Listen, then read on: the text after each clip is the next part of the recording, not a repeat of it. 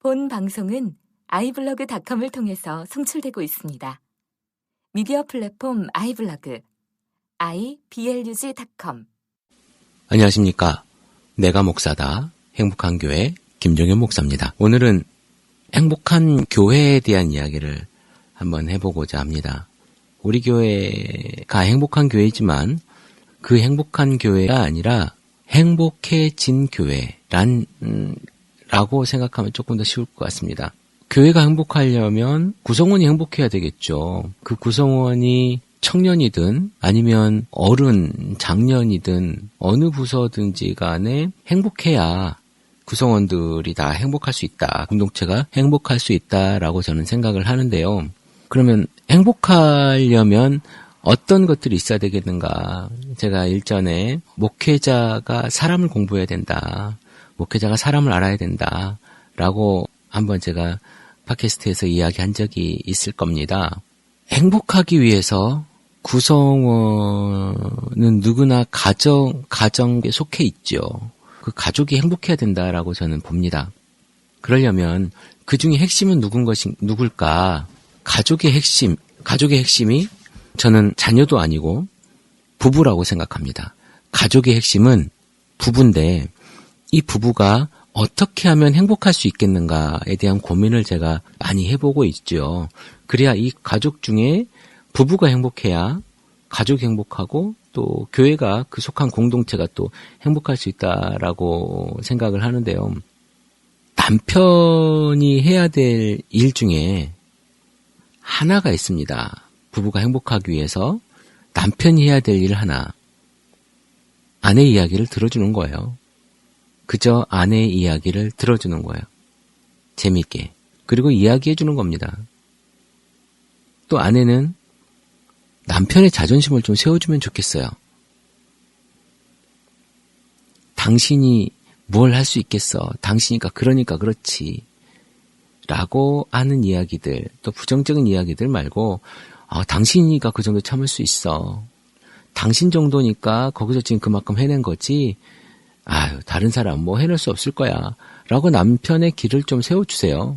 남자는 자존심으로 살아가는 거거든요. 아닐 수 있다라고 생각할지 모르겠지만 한번 예를 들어볼게요. 남자와 여자가 함께 가다가 연인이 우리 밥 먹으러 가자라고 해서 식당에를 들어갔는데 음식점을 그냥 무턱대고 들어갔어요. 들어갔는데 이거는 짜장면이 15,000원인 거죠. 그리고 요리 수준이 너무 비싸요. 남자는 일단 물을 시키고 메뉴가 왔어요. 그러고 나면 남자는 일어날 수 없습니다. 그런데 여자는요. 음료, 그러니까 물이 오고 그리고 메뉴가 와서 한참 동안을 있다가라도 가격이 마음에 안 들거나 무엇이 마음에 안 들면 다음에 올게요 하고 일어날 수 있어요. 남자는 거기에서 못 일어납니다. 이게 자존심이에요. 무슨 말이냐면 남자의 자존심을 아내가 세워주면 그 자존심을 세워준 사람에게 남자는 고마워합니다.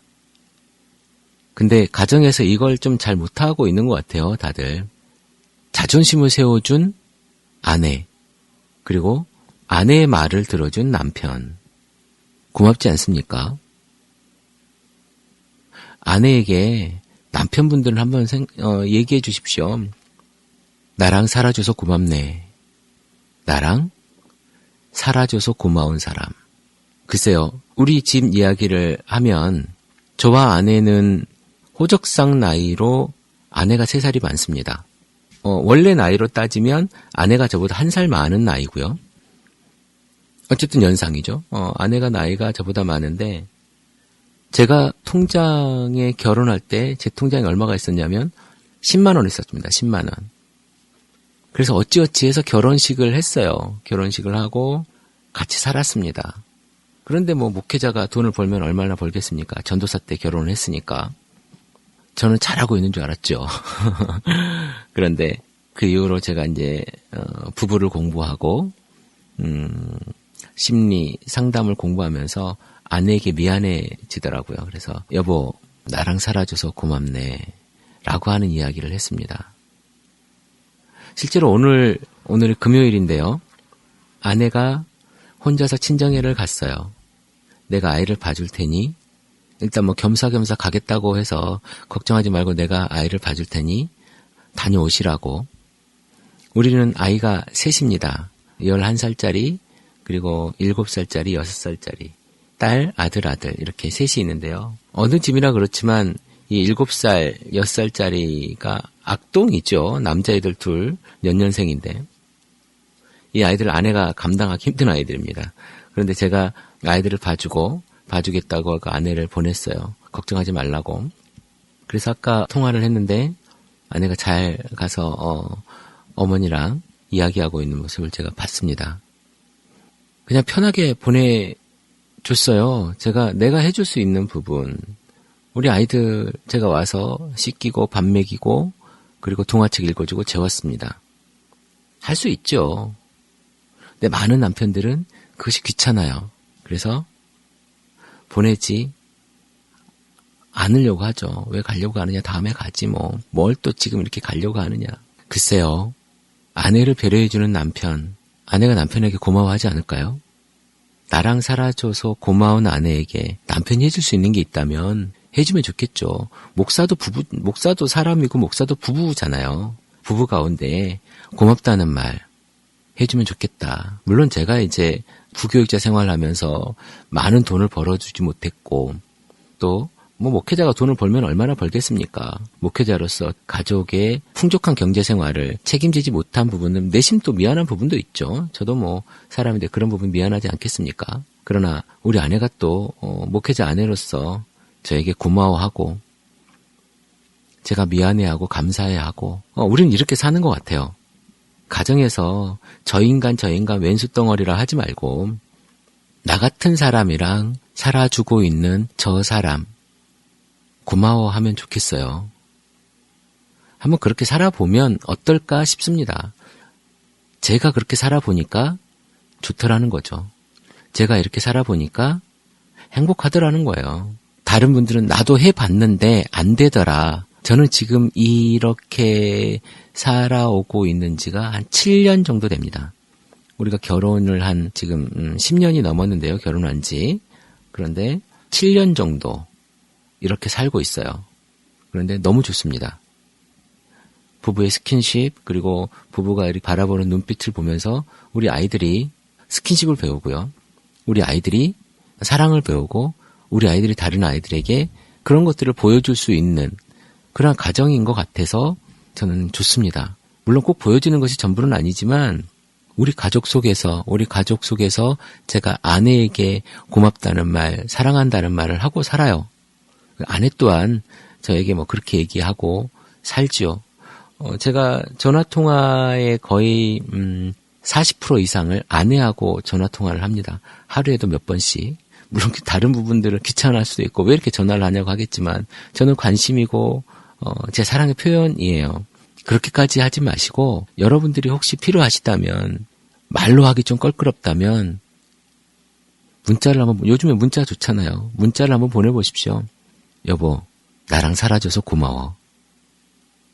뭐 말로 하실 수 있는 분이라면 옆에 누운 아내에게 여보, 나랑 살아줘서 고마워 라고 한마디 해주면 멋있는 남편 되지 않을까요? 아니면 어떤 노부부처럼 평생 사랑한다는 이야기 들어보지 못했다가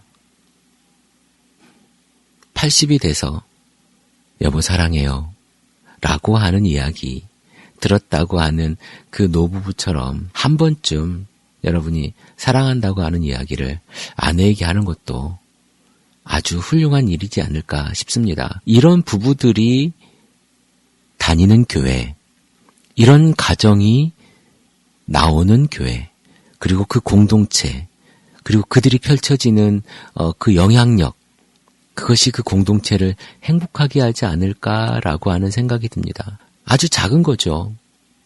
나랑 살아줘서 고마워. 그리고 아내 이야기를 좀 들어주고 남편의 자존심을 좀 아내가 세워주고 칭찬해주고 당신은 뭘 입어도 이뻐. 이렇게 입으니 너무 멋있어. 하다못해 당신은 참 발이 이쁜 것 같아. 이 정도 이야기만 해줘도 맨 처음에 좀 어색할 수 있죠. 그러나 하다 보면 이것이 정말 가정을 윤택하게 만드는, 가정을 정말 멋있게 만드는 그런 하나의 작은 핀이지 않을까라고 하는 생각이 듭니다. 여러분, 행복한 교회가 되는 아주 작은 실천, 상대편 귀 속에 한번 말해보십시오. 귓가에 대고 고마워, 그리고 사랑해 라고 하는 요 두 단어 얼마나 좋습니까? 나랑 살아줘서 고마워, 그리고 사랑해. 아내에게, 남편에게, 이 방송 지금 새벽이지만 오늘 밤에는, 오늘 저녁에 돌아온 아내에게, 오늘 저녁에 만나는 남편에게 한번 속삭여 보십시오. 그런 가정이 많아지는 교회가 행복한 교회일 것 같습니다. 감사합니다. 행복한 교회 김종현 목사였습니다.